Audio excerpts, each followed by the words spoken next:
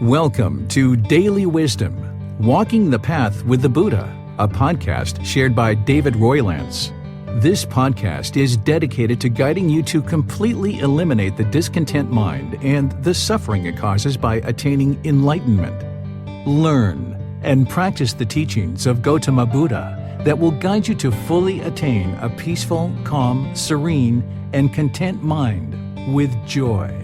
To support this podcast, visit patreon.com/support Buddha or visit buddhadailywisdom.com, where you will discover a full range of courses, retreats, and online learning resources to assist you on the path to enlightenment. Now, here's our teacher to share more.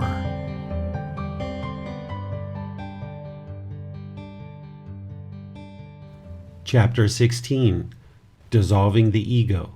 Ego serves no purpose. Our ego is a collection of experiences from the past and our future expectations of ourselves. Ego is the accumulation of thoughts, ideas, and perceptions that we have of our self-image and self-identity. The ego will contain arrogance, pride, judgment, and measuring and comparing itself as superior or inferior to others. Dissolving the ego can be one of the hardest and most difficult aspects in the pursuit of enlightenment. So it's best to start learning to dissolve the ego early in your practice while ensuring to deeply explore this topic with the guidance of a teacher. Through our past experiences, in the future expectations we have of ourselves, we acquire a personal image of who we think we are, but it's a delusion and our ego serves no purpose. The elimination of the ego is required to attain enlightenment. All our intentions, speech, and actions can be born out of our ego. We protect our ego at all costs. It is often one of the strongest attachments we have, and is why it is one of the last things to go and easy to pick back up.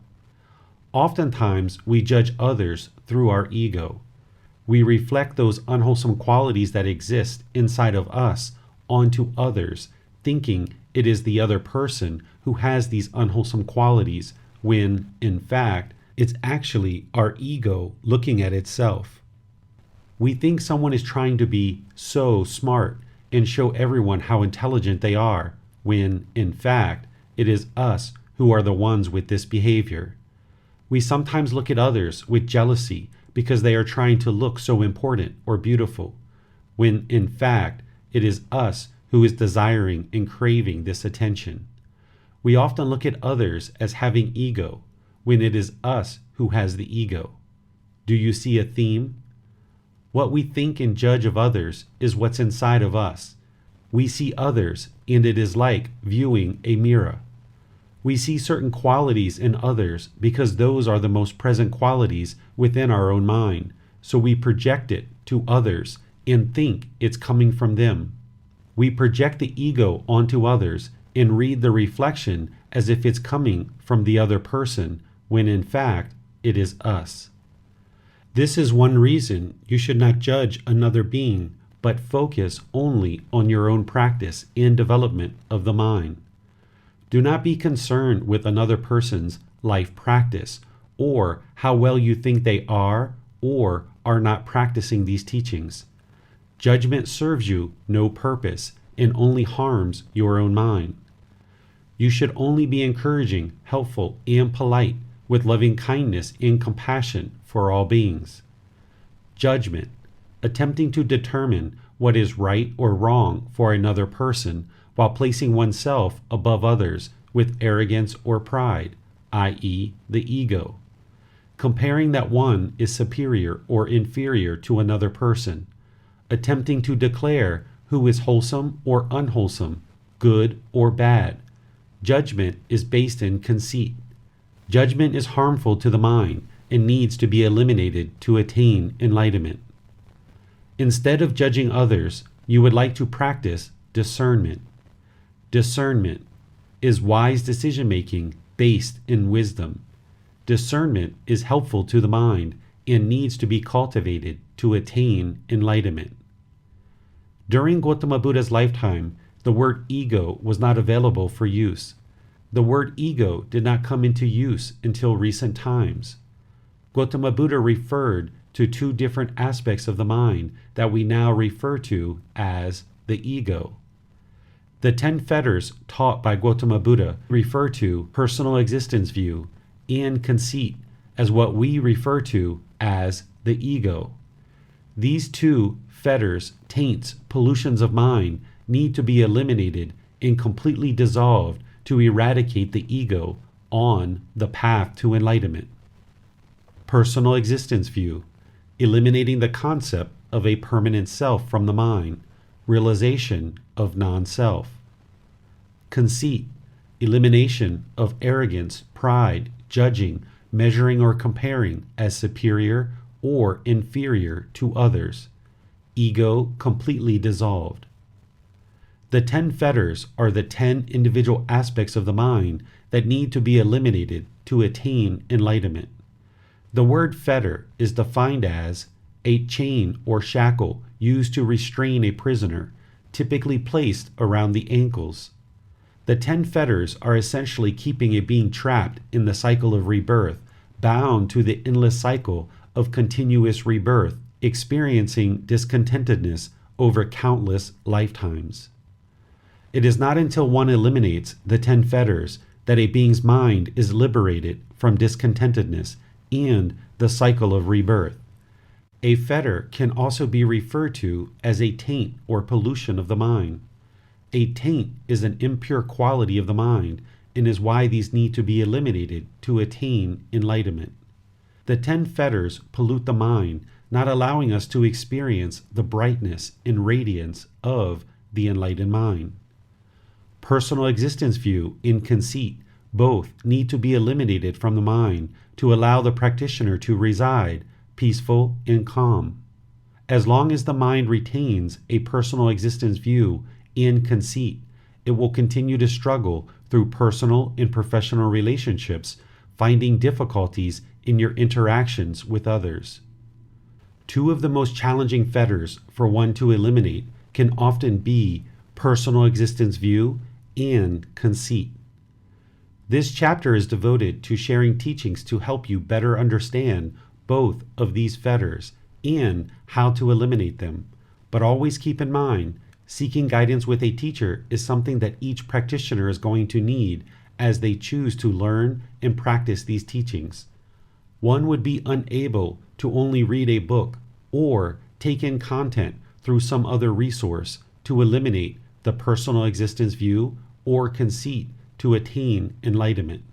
Guidance is going to be required to deeply understand each aspect of the path to enlightenment and understand how to improve the condition of the mind to attain enlightenment.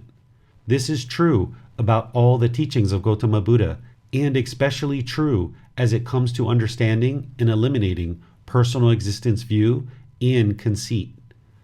Understanding personal existence view oftentimes takes several conversations along with multiple resources for the average practitioner to understand.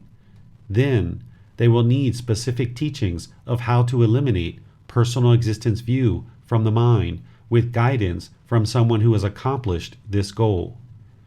To eliminate personal existence view, a practitioner will need to understand the universal truth of non-self, as shared in the chapter titled The Four Noble Truths, Establishing Right View, Chapter 4, and in this chapter. It is suggested that you read that as a refresher, then come back to this chapter to continue your learning while seeking guidance from a teacher. What is self-image and self-identity? To understand personal existence view and how the unenlightened mind holds on to the concept of a permanent self, not understanding the universal truth of non-self, it is important to explore what a self-image and self-identity are, as these will need to be eliminated to realize the universal truth of non-self. Self-image. The mind wants to project a certain physical appearance and be perceived a certain way based on its outward projection of its desired image. The mind accumulates certain external objects to assemble an outward appearance it wants to project into the world for favorable treatment by others. Jewelry, makeup, clothing, and other material possessions are acquired in order to project to others how the mind wants to be perceived in the world. The mind would like to be perceived as successful, wealthy, intelligent, beautiful, important, or other qualities it finds desirable, and looks for favorable treatment by others based on physical objects that form a self-image the mind attempts to hold on to permanently. This is due to the mind's lack of inner contentedness, thinking that if others perceive you in a certain way, then it will create lasting inner fulfillment, but instead, the mind is merely chasing pleasant feelings, i.e., happiness, excitement, elation, based on impermanent conditions. The pleasant feelings will eventually fade, as they are based on impermanent conditions, and the mind will be back where it started from, no longer experiencing pleasant feelings, continuing to seek or long for something with a strong eagerness to create what it thinks will be lasting inner fulfillment. The mind is stuck in a cycle of constantly looking for the next thing that it can acquire to project its desired self-image to the world, longing with a strong eagerness for pleasant feelings that are never permanent because there is no permanent self-image due to there being no self. As long as the mind holds on, wanting to project a self-image due to the fetter, taint, pollution of personal existence view, it will never find permanent peace because it is attempting to base its inner fulfillment on impermanent conditions.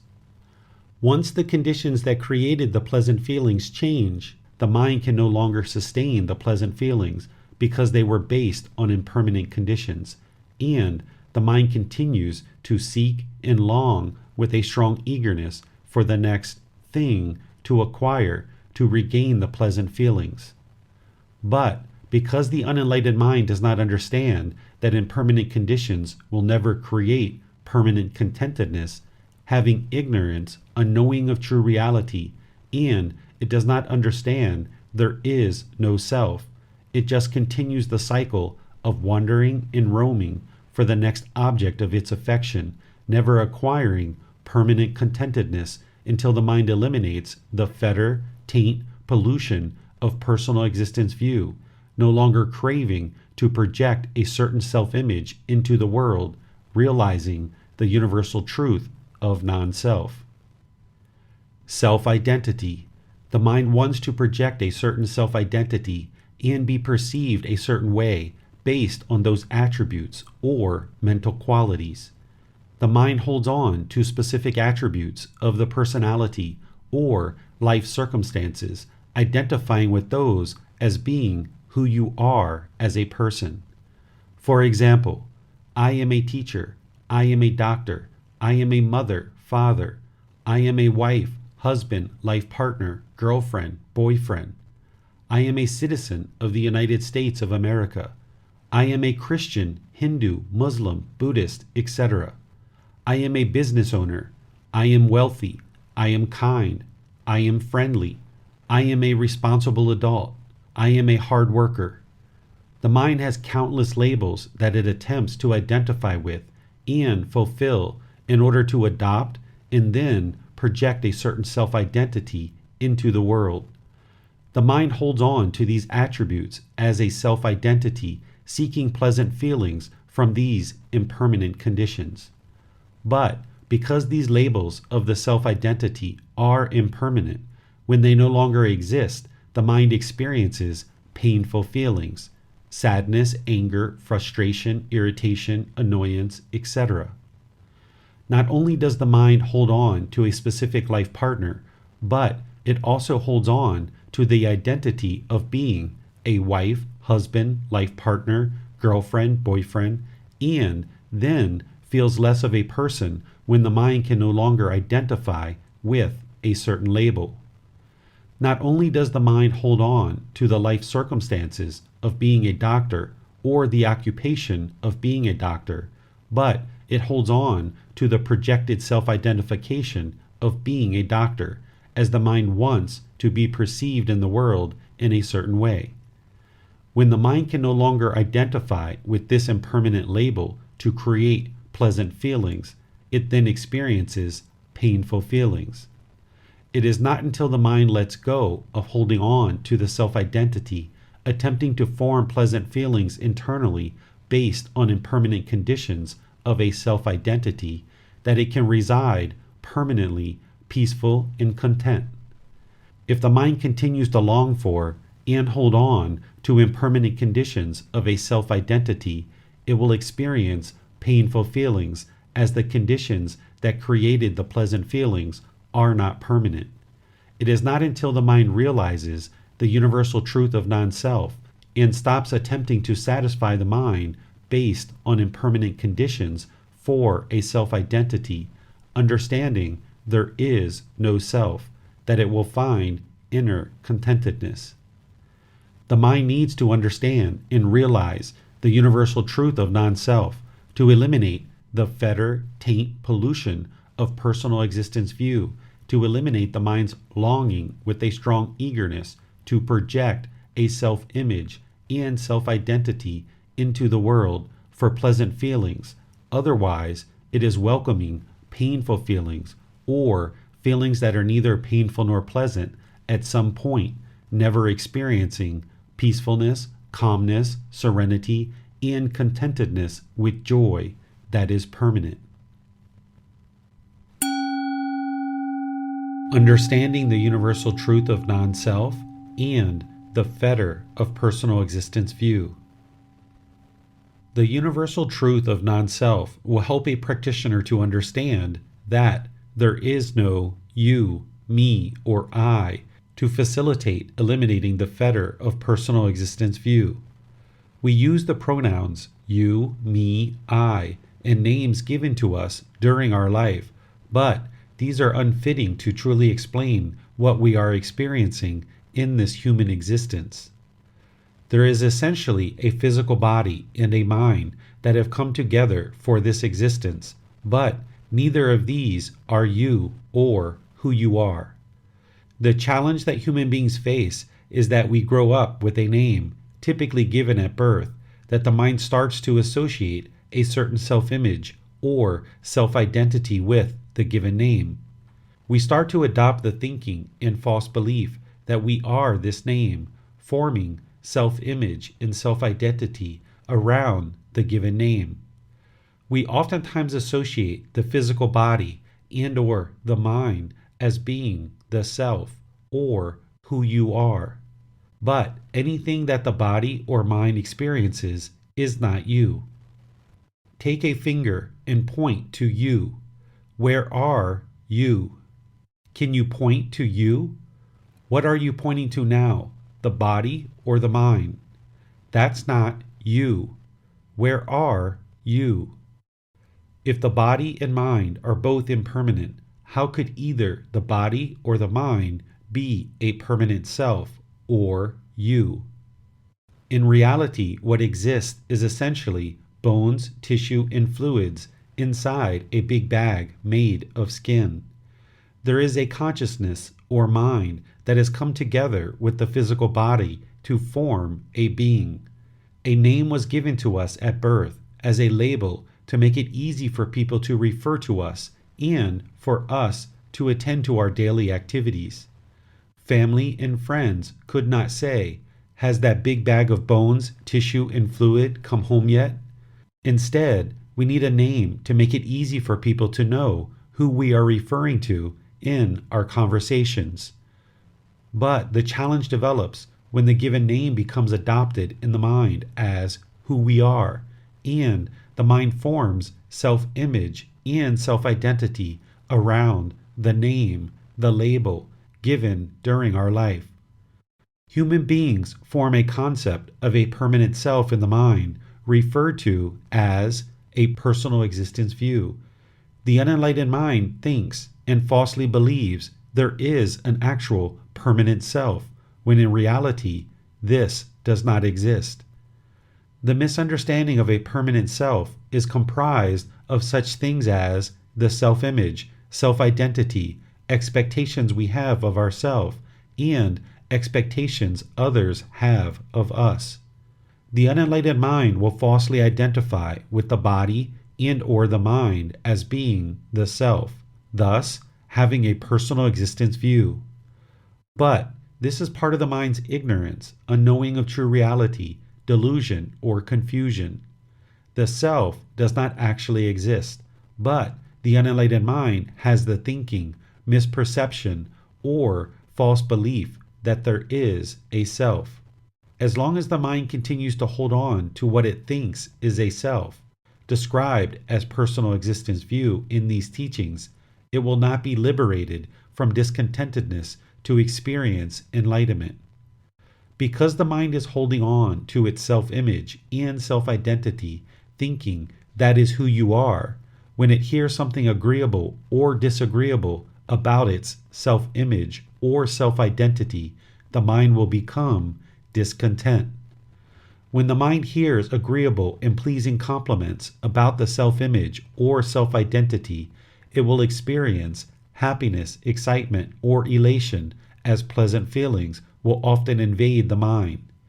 Then, when the mind hears disagreeable and displeasing remarks about the self-image or self-identity, it will experience sadness, anger, or frustration, as painful feelings will often invade the mind.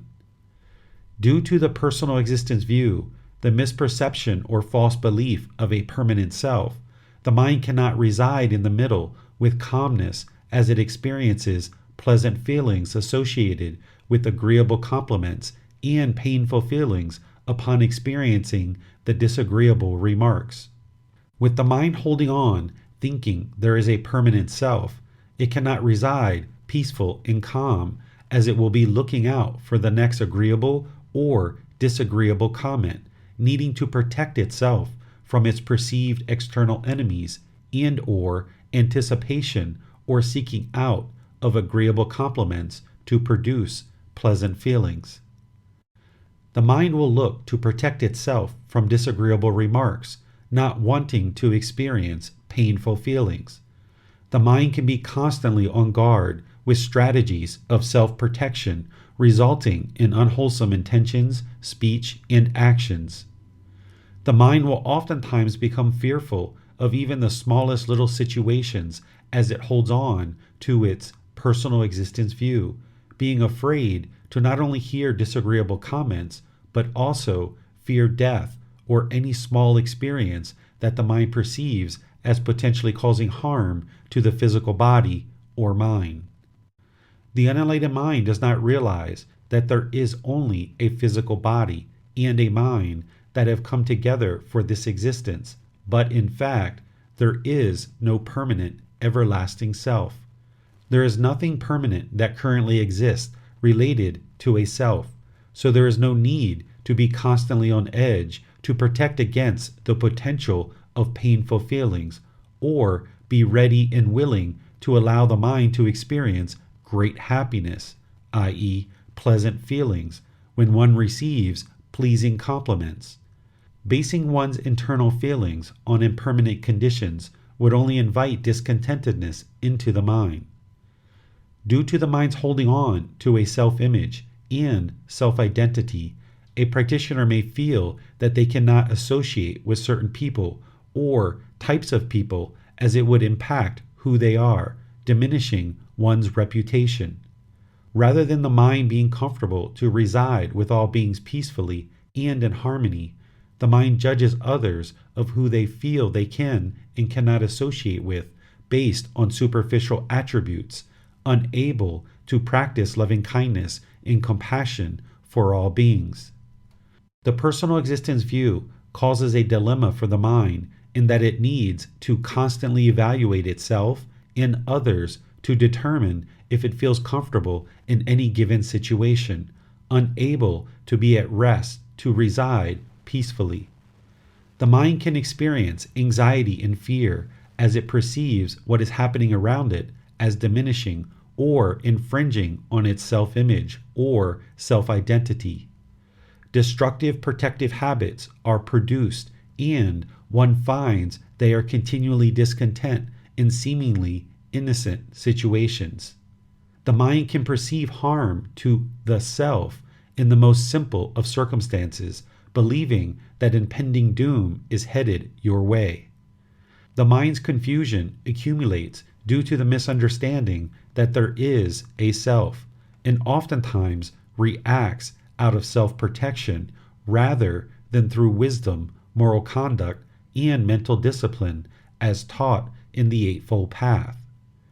The personal existence view needs to be eliminated to realize non-self in order to eradicate the problems associated with holding on to a permanent self in the mind, allowing it to reside more peaceful, calm, serene, and content with joy, no matter what is or is not happening.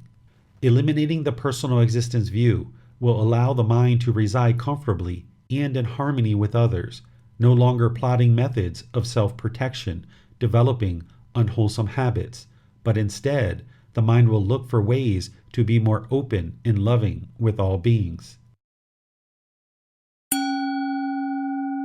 Techniques to realize non-self. Eliminating and eradicating the fetter of personal existence view will allow the mind to peacefully and calmly exist without the constant need to protect and defend the self. The mind can reside being generous, loving, kind, and compassionate to all beings, rather than pursuing selfish desires and strategies of self-protection. The mind can let go of impolite, unkind, unfriendly, and disrespectful interactions with others because it will understand that the harmful words of others only affects them, not you, because there is no you. A mind without a personal existence view can be open and loving to all beings because it is not judging others based on its own self-image and self-identity, only choosing to associate with people who it feels are worthy of your friendship. The mind will discover ways to develop lasting relationships with all beings.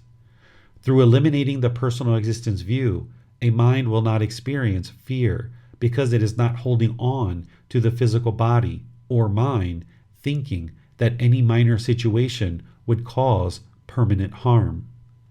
If there is still the concept of a permanent self, you will defend it, guard against it, and react with emotion based on the need to protect the self, rather than respond calmly, peacefully, and with a concentrated mind. There is also the tendency to place the self above or below other beings with judgment, arrogance, and pride, known as conceit. Once the concept of a permanent self, which is part of the ego, has been fully dissolved and you realize non-self, you will no longer feel a need to mentally defend or protect the self because you will know it does not exist and thus will be able to attain and maintain a content mind no matter what is said about you by another person.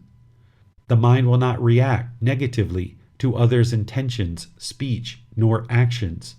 The mind will not experience any arising of anger or frustration even when someone is being impolite and disrespectful. There is nothing to mentally defend or guard against because you no longer have a concept of a permanent self in the mind, and it can see true reality, which is just that someone is being impolite and disrespectful, rather than absorbing this as an assault against your self-image or self-identity. To attain even the first stage of enlightenment, one needs to fully understand and realize non-self. It is typically through much learning, practice, and guidance with the help of teachers that one will fully understand and realize non-self. The teaching on non-self is usually a teaching approach later in practice, as a practitioner has already established a solid foundation of many other teachings, and one nears closer to the first stage of enlightenment, having already experienced the jhanas. If you understand impermanence and that there is no condition that is permanent, then realizing non-self can be reflected upon in this way. Is the body yours? Does it belong to you? Will you be able to keep it forever? No. Is the mind yours? Does it belong to you? Will you be able to keep it forever? No. So, what are we? We are nothing. There is no permanent self that one can identify. There is no you, but we still use this pronoun since there is nothing else fitting in the English language to refer to nothing. Understanding non-self conceptually is one step of realizing non-self to eliminate the fetter of personal existence view. Then it is important to put this teaching into practice through daily life and a life practice to include a specialized meditation technique if needed. This teaching is typically explored later in the process of attaining enlightenment and should not be focused on until there is already a well-established practice of many of the other teachings and with the guidance of teachers. The mind will not be willing to let go of its personal existence view until it is well trained through the core teachings found in the Eightfold Path and a practitioner is starting to experience the jhanas. In addition to specialized meditation techniques to help the mind understand that there is no self, a practitioner can choose to change the way the mind thinks of its relationship to material objects, people, and various parts of life. To train the mind to let go and reside more peacefully, a practitioner can modify the language they use in reference to material objects, people, and various parts of life to help eliminate the way the mind thinks and believes that a permanent self exists. When there is a self, the mind can become very selfish, self-centered, and self-absorbed. The mind can attempt to control others, wanting things to be done in a certain way that is pleasing to the self. Changing the language one uses in everyday life can then influence change in the mind. Rather than saying, and thus thinking, this is my phone, a practitioner might refer to it as the phone. Instead of my car, it can become the car. Instead of my clothes, it can become the clothes. Instead of my house, it can become the house. Instead of my job, it can become the place I work. Instead of my hair, it can become the hair. Instead of I am hungry, it can become the body is hungry. Instead of I have a headache, it can become the head is feeling pain. These examples and others that you become aware of can be modified to remove the my or me from your language and how you interact in the world and how the mind wants to hold on tightly. Essentially, the mind starts to disassociate with material objects, relationships, and various parts of life as being mine. Because if the mind deeply understands that there is no you, then how could anything be yours and belong to you? Through training the mind by using different language, it can start to distance itself from thinking there is a permanent self and instead see true reality that nothing actually belongs to you. Therefore, the mind can easily let go of the personal existence view, experiencing peacefulness rather than being selfish or feeling that something harmful is being done to you. As long as the mind thinks and falsely believes that material objects, relationships, and other aspects of life belong to you, then it will define itself through these and become highly discontent when things are not happening the way the mind wants or desires. Whenever the mind is aware of pleasant feelings, painful feelings, or feelings that are neither painful nor pleasant starting to arise associated with self-image or self-identity, a practitioner needs to apply right effort to cut them off and let them go. Otherwise, allowing the mind to experience feelings associated with the self will only continue to reinforce its misunderstanding that there is a permanent self, inhibiting it from realizing non-self.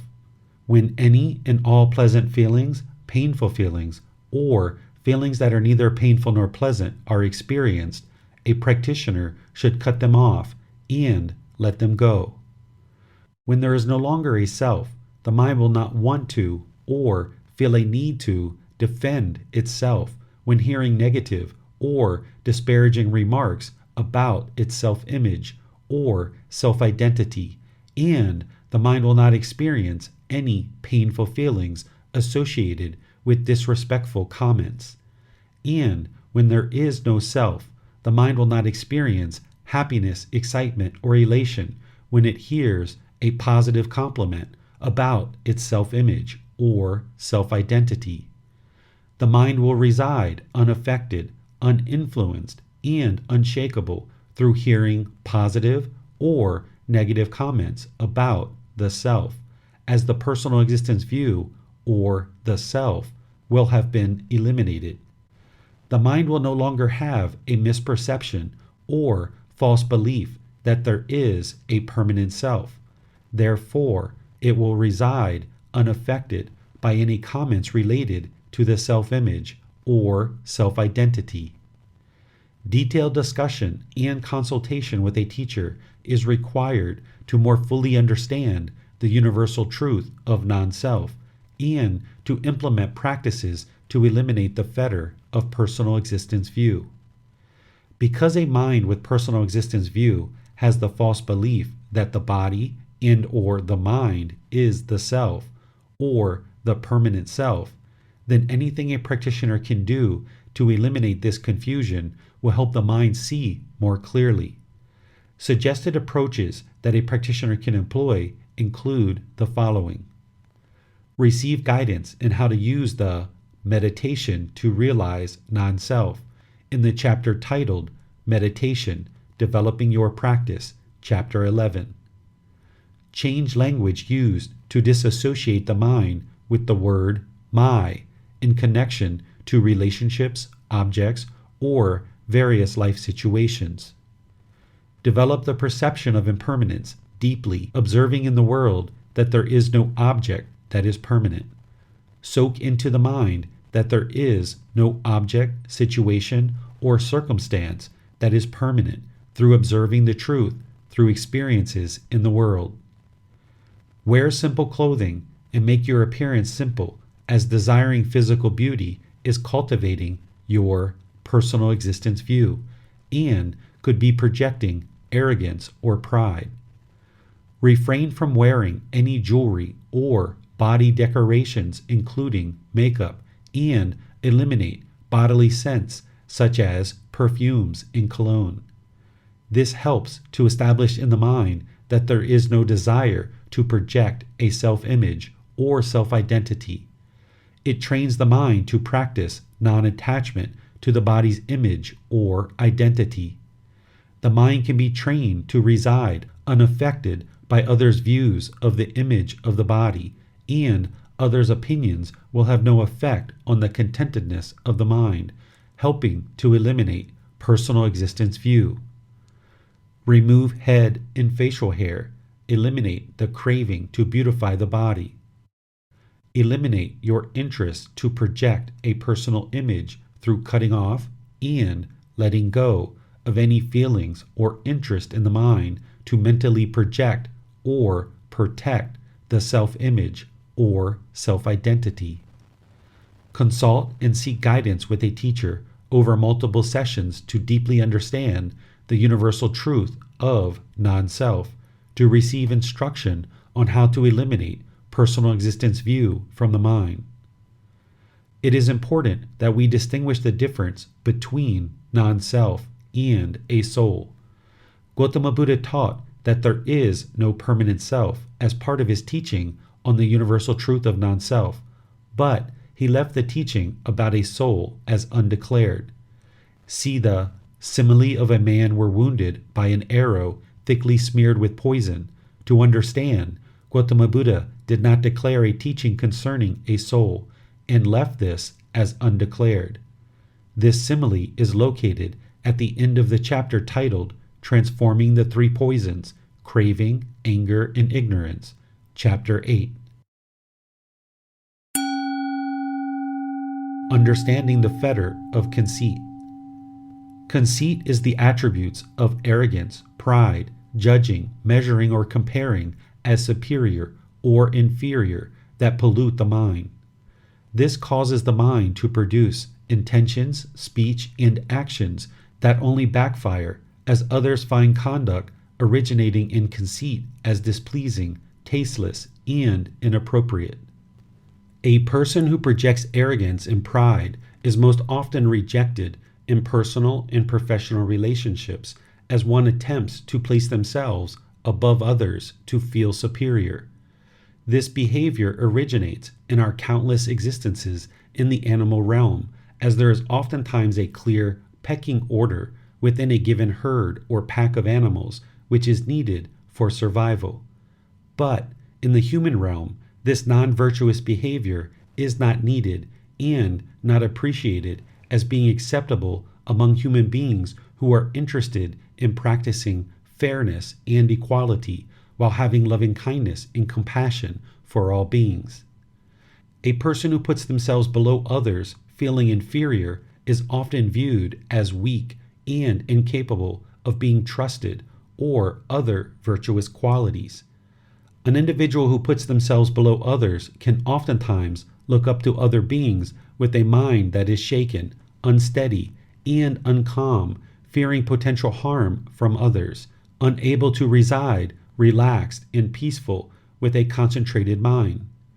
This inhibits a person from gaining opportunities to apply their intelligence and skills to beneficial projects that would help improve one's life.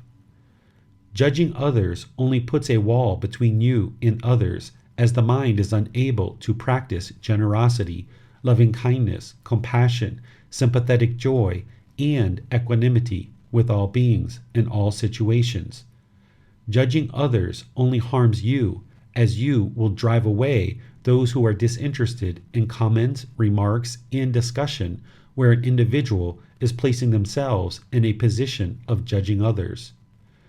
Due to the pollution of conceit that is part of the ego, a being constantly struggles to find its place in the world because it needs to continuously search whether it is above or below others, causing a burden to the mind. The mind functions much like an animal, being uncomfortable unless it knows exactly where it is in the pecking order of the herd or pack of like species. Acting upon any feelings of conceit, the accumulated arrogance, pride, judging, and measuring oneself as superior or inferior to others only inhibits one from experiencing the fullness of life, where they can benefit from all relationships and opportunities. Instead of fruitful outcomes, a person with conceit would be limited to only a handful of relationships that will tolerate their constant need for superiority or their lack of confidence in feeling inferior. Conceit inhibits one from being a true member of a team and instead is looking for how to gain all the glory and attention to create pleasant feelings in the deluded mind. Team members become disinterested in associating with someone who is incapable of sharing in the success of the entire team as a team player, but instead appears to only be out for attaining their own selfish satisfaction. When we think that we are right and everyone else is wrong, conceit and arrogance, i.e., aspects of the ego, is firmly rooted in the mind. A being with conceit will struggle to find opportunities to improve its life and struggle to find individuals willing to participate in life activities that can be rewarding and fulfilling. The fetter of conceit will motivate impolite, unkind, unfriendly, and disrespectful intentions, speech, and actions that only serve to drive people and opportunities away from you, rather then bring people towards you to assist in producing beneficial outcomes for all individuals involved. Conceit held in the mind can lead to fights, arguments, hostility, murder, and even global conflict or war. Countless lives have been ruined and wasted through decisions based in conceit that have lasting and long-term consequences unforeseen by a person who is blinded by the cloud of ego, unknowing of true reality, and unaware of these teachings to liberate the mind from its daily struggles and difficulties. A wise practitioner will apply energy and effort through a dedicated life practice to eliminate any and all conceit from the mind, thus realizing the benefits of being able to peacefully reside in harmony with all beings. Eliminating conceit from the mind will result in beneficial outcomes for you as the mind becomes more comfortable to reside in personal and professional relationships without a need to be superior or inferior. Instead, the mind will look for ways that everyone can win, rather than looking for the selfish satisfaction and the desire to project its own arrogance and pride. Techniques to eliminate conceit. Anytime a practitioner observes arrogance, pride, judging, measuring, or comparing as superior or inferior arising in the mind, they need to practice right effort, taking active steps to eliminate these unwholesome qualities and arise wholesome qualities. There is no benefit to arrogance, pride, judging, measuring, or comparing as superior or inferior arising in the mind. So when it is observed, one needs to cut it off and let it go. Allowing even the smallest amount of conceit to trickle into your conversations, discussions, or relationships will have devastating effects that result in harmful outcomes, i.e., unwholesome karma. The more readily a practitioner becomes aware of the arising conceit, they can take active steps to eliminate it from the mind. Cutting this back further and further through catching it earlier and earlier, the mind can eventually eliminate conceit from ever arising. But a practitioner will need to understand what conceit is so that as the mind is aware of its arising, it can be cut off and eliminated from the mind. A wise practitioner can also take proactive steps towards the elimination of conceit through initiating various practices into their daily life. For someone who is unfamiliar with Buddhist teachings or Buddhist culture, these practices may seem quite foreign and a challenge to understand. You should seek guidance to understand any practices that are not fully understood as to why these are helpful to eliminate conceit and how to implement these into your daily life.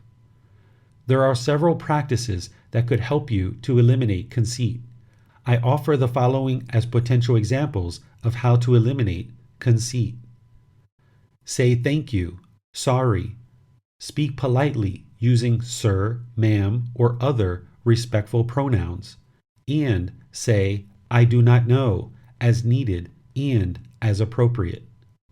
Sleep in a low position that is not elevated or luxurious and sit on the floor. Do tasks that you feel are beneath you. Listen to others teach you wisdom without any interest to teach them. Wash people's feet, people you have no association with, if possible. Show respect and gratitude to all people with a Y, as done in Thai culture. Show generosity, loving kindness, and compassion to all beings, especially people you find challenging to be friendly towards. Eliminate judgment of others with no comparisons that you are superior or inferior to others. Be kind and gentle because it's the right thing to do. Ask others for advice and what they learned in life. Just listen without trying to prove anything. Help others without any expectation of a return favor or positive benefit for yourself. Seek guidance of a teacher, helping the mind to admit to itself that it does not know everything and needs help in this world. Eliminate your interest to project arrogance, pride, judgment, measuring or comparing as superior or inferior through cutting off and letting go of any feelings or interest in the mind that resembles these unwholesome qualities. Consult and seek guidance with a teacher over multiple sessions to deeply understand the fetter of conceit, to receive instruction on how to eliminate conceit from the mind. Never assume the ego has been eliminated. We must always and forever develop our practice to eliminate ego and never assume it has been extinguished. The ego will always attempt to get you to think it has been eliminated, as it is like a bad tenant that never pays rent and does not want to leave. The moment the mind convinces you that the ego has been eliminated is a moment that you know that the ego still exists. Instead, never assume the ego has been eliminated and constantly work towards being humble and down to earth in any and all situations. A practitioner who learns and practices these teachings from Gotama Buddha will develop profound wisdom. It is especially important for one who has deep wisdom to always practice being humble. A truly wise individual is wise enough to know to always practice being humble and has no need to project arrogance, pride, judge others, or otherwise allow conceit into the mind or into their daily interactions. There is no benefit in projecting self-image, self-identity, arrogance, pride, judging others, measuring and comparing oneself as being superior or inferior to others. You will find that your personal and professional relationships will blossom when personal existence view and conceit is eliminated.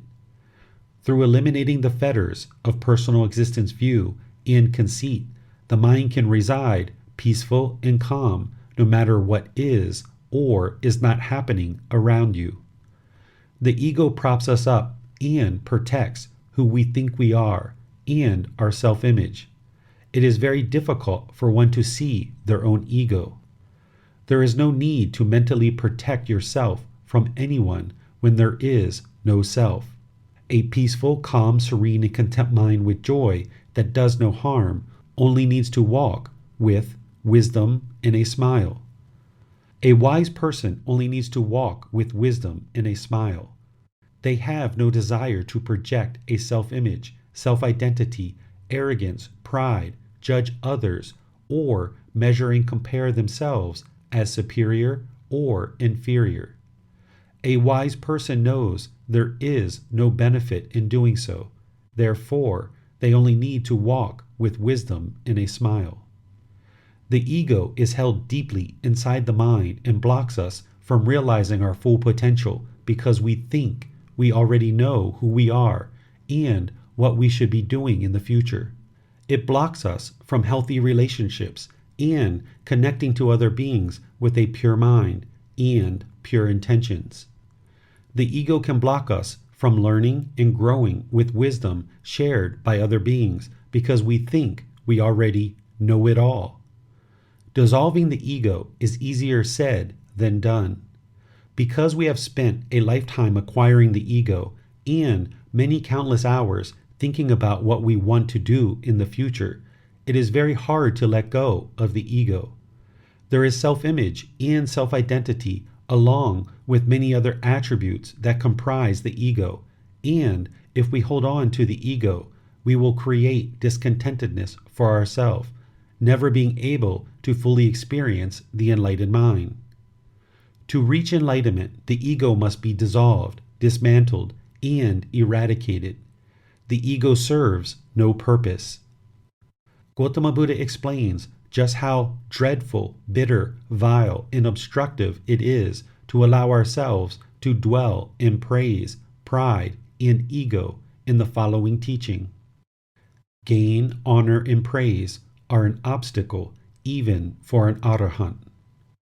The following is a translation of Gotama Buddha's teachings from the Pali Canon, the source of Gotama Buddha's teachings.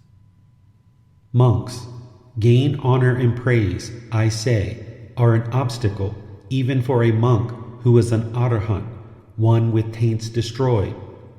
When this was said, the Venerable Ananda asked the Master Teacher Gotama, "Why, Venerable Sir, are gain, honor, and praise an obstacle even for a monk with taints destroyed?"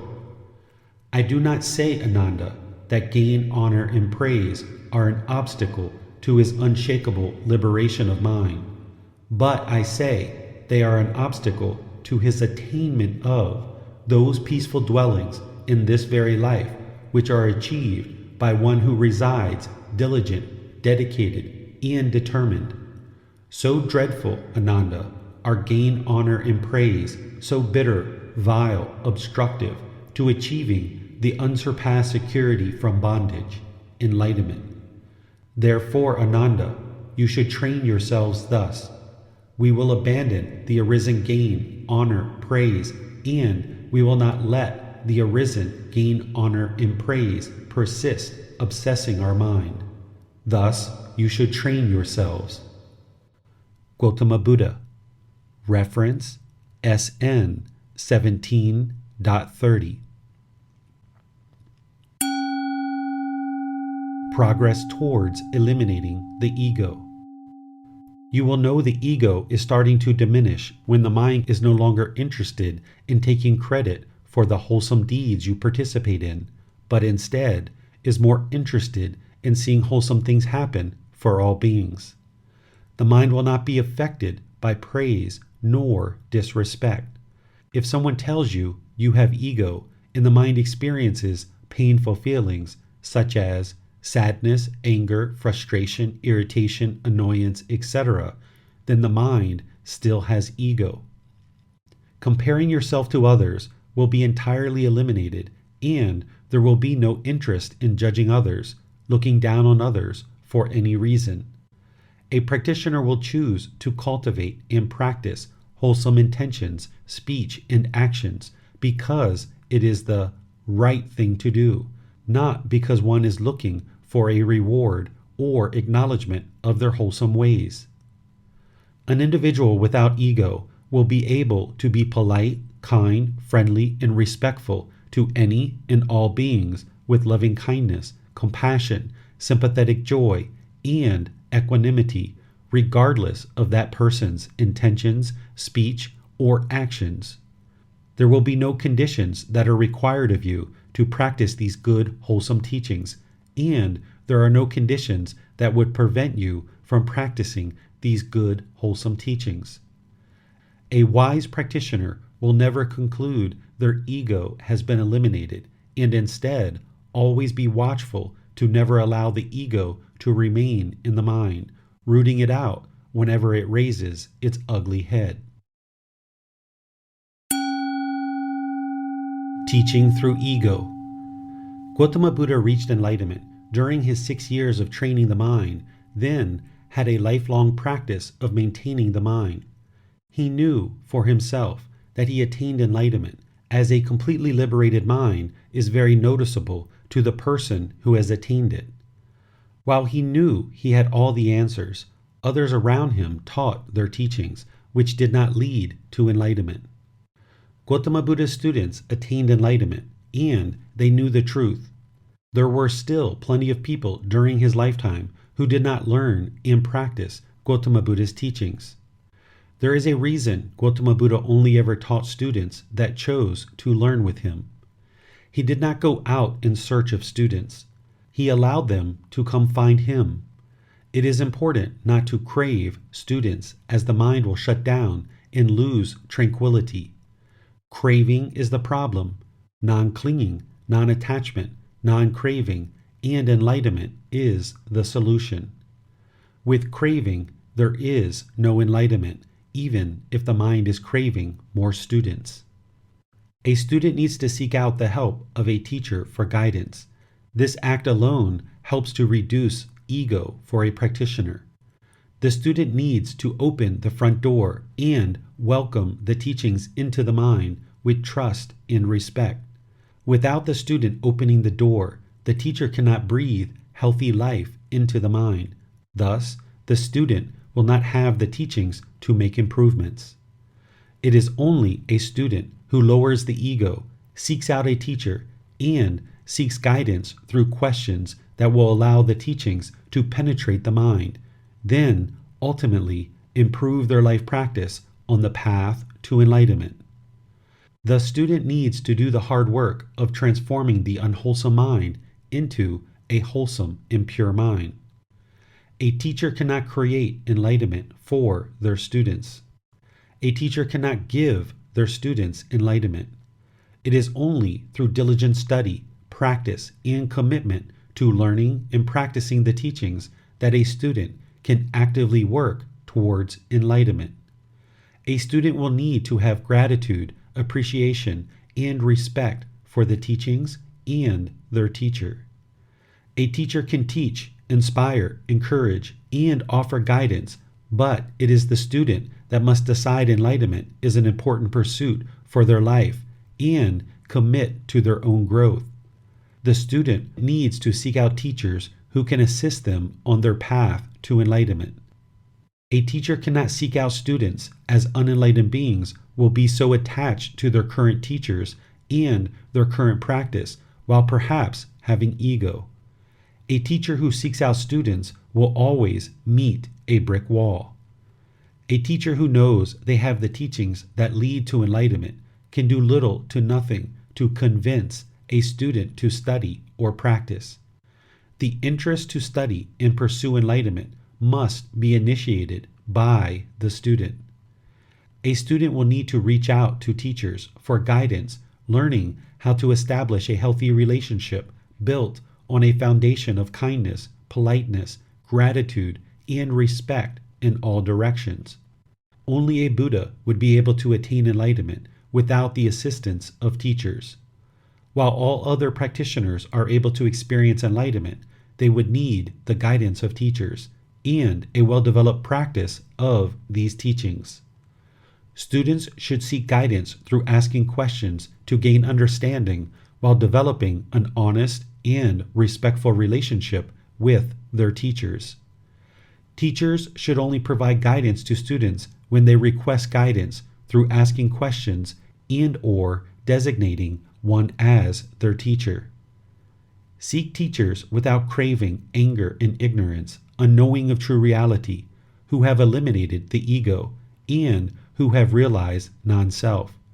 These are the people who have attained enlightenment and will be the best teachers to guide you. It would be very difficult for a teacher to guide others towards enlightenment if they have not yet attained enlightenment.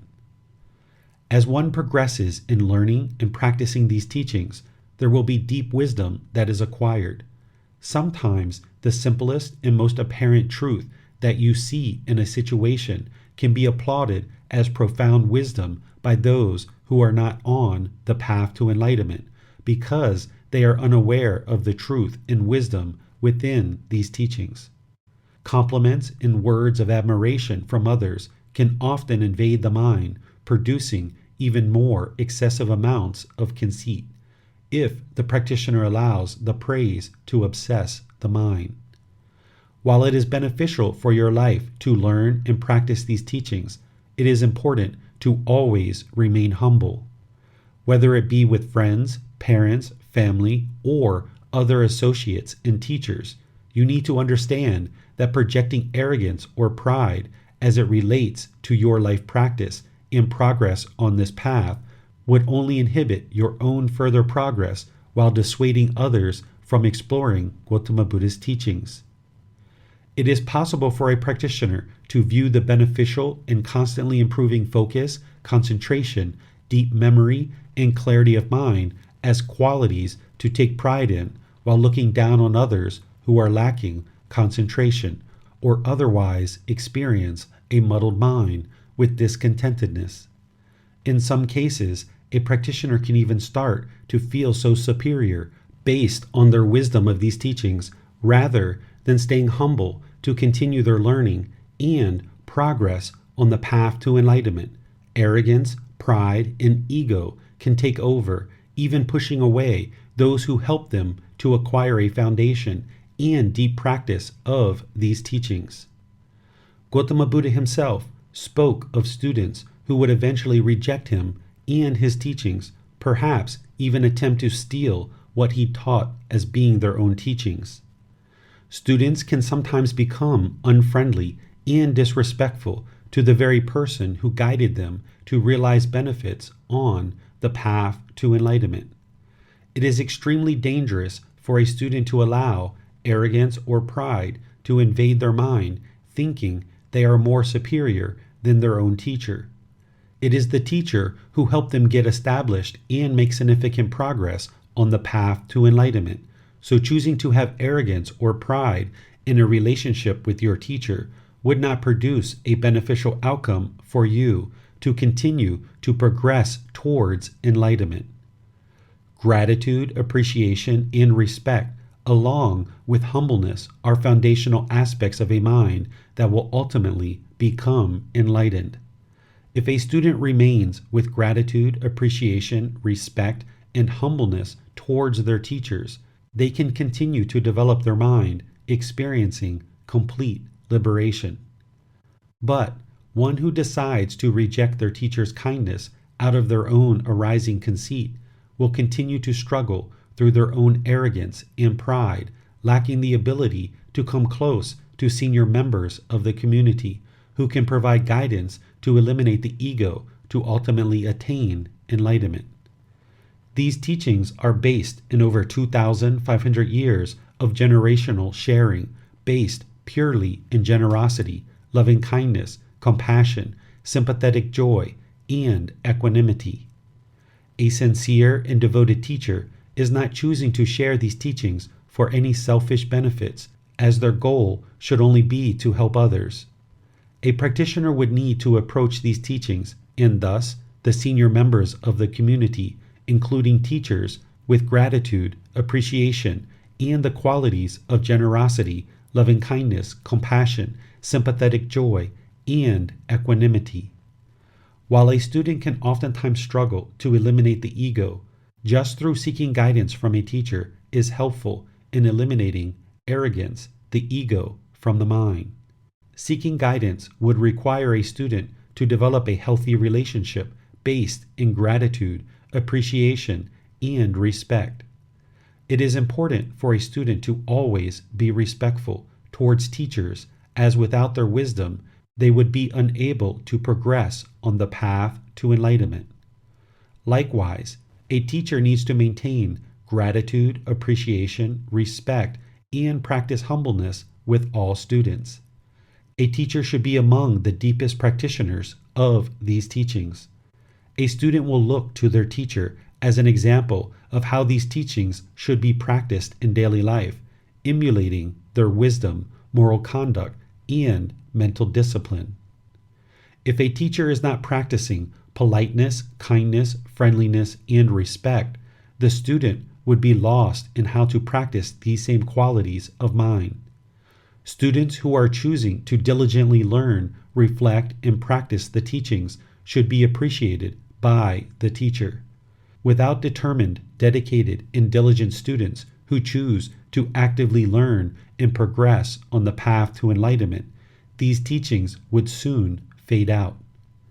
But over countless generations, these teachings have continued to be shared into the world based on mutual gratitude and respect among students and teachers. As soon as either a student or a teacher allows the ego to enter into the relationship and the process of clearly transmitting these teachings, it will pollute and hinder the ability of the teachings to be effective at eradicating discontentedness from the mind of all beings. It is not possible to teach with ego, nor teach through ego.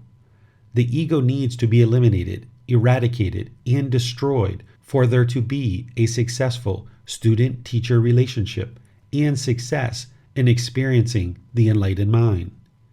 As a community, we must always remember that it is not through our historical texts, intellectual knowledge, or words that we are able to share with the world the way leading to the complete elimination of discontentedness, but instead through our virtuous actions. It is our bodily, verbal, and mental actions as shared in the Eightfold Path that will help others observe the way of practice leading to the complete end to discontentedness. A wise practitioner will always and constantly remain watchful to never assume the ego is eliminated, actively applying their dedication to humbly learn and practice these teachings to eliminate, eradicate, and destroy the ego. Washing feet. Washing someone's feet can be powerful for them and you. It cultivates humility and a caring mind. It will help you to eliminate ego and is a practice that you should consider to incorporate into your life practice. In Thailand, it is part of the culture to wash the feet of your parents or other members of the family to show gratitude and respect.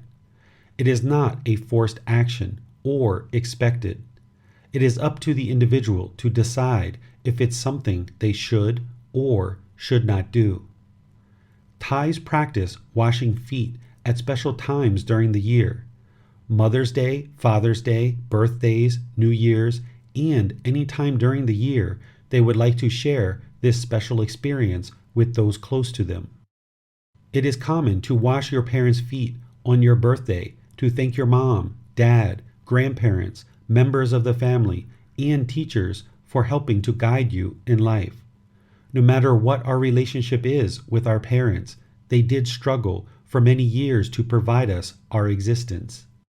We could never repay them enough for the hard work of providing us this existence and the sustaining of our human life.